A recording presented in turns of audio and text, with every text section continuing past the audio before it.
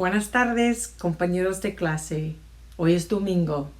Desde mi casa a tu casa. Well, we survived our first week.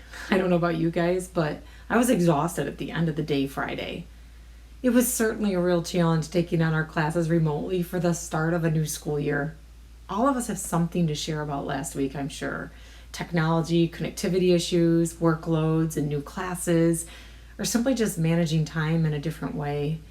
Either way, I have said that this will have a very large learning curve, and again, I will ask you for your continued patience as I will have for you. A couple of things that I'd like to recap about last week. Our class is delivered through Google Classroom, which I will be also using in conjunction with our VHL website for our textbook and program. I did a lot of grading on Friday, and I did reach out to many of you about your zeros and lack of submissions on several assignments. And if I did reach out to you, I'm going to ask that you make certain that by tonight you have those assignments done with an email expressing that you did your submission.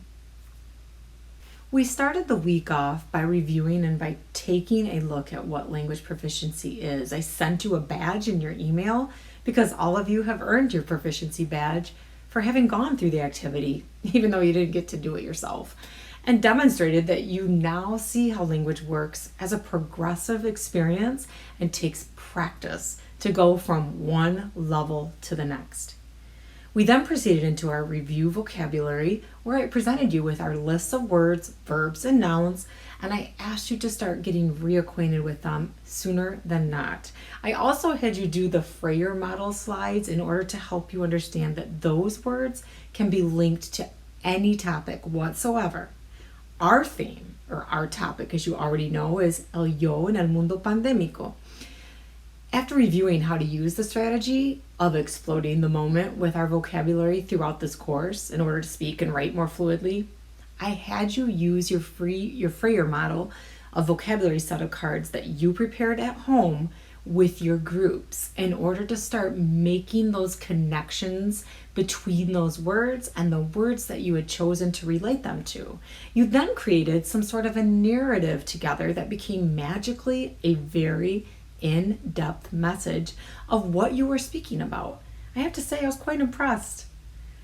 This week, we will continue this, and from now on, we will use this strategy as we build upon our Spanish in order to speak about everything that comes our way thematically. A couple of things coming up this week.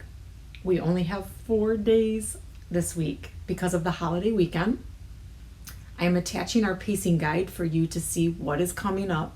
Please do not start on anything that I have not given you any instructions on. It may become more difficult for you to start something without my guidance. And also, I'd like you to take a look at some of the work that you turned in on Friday. Of course, not everybody's is here, but it's a really brief sampling of just what people submitted for their homework on Friday.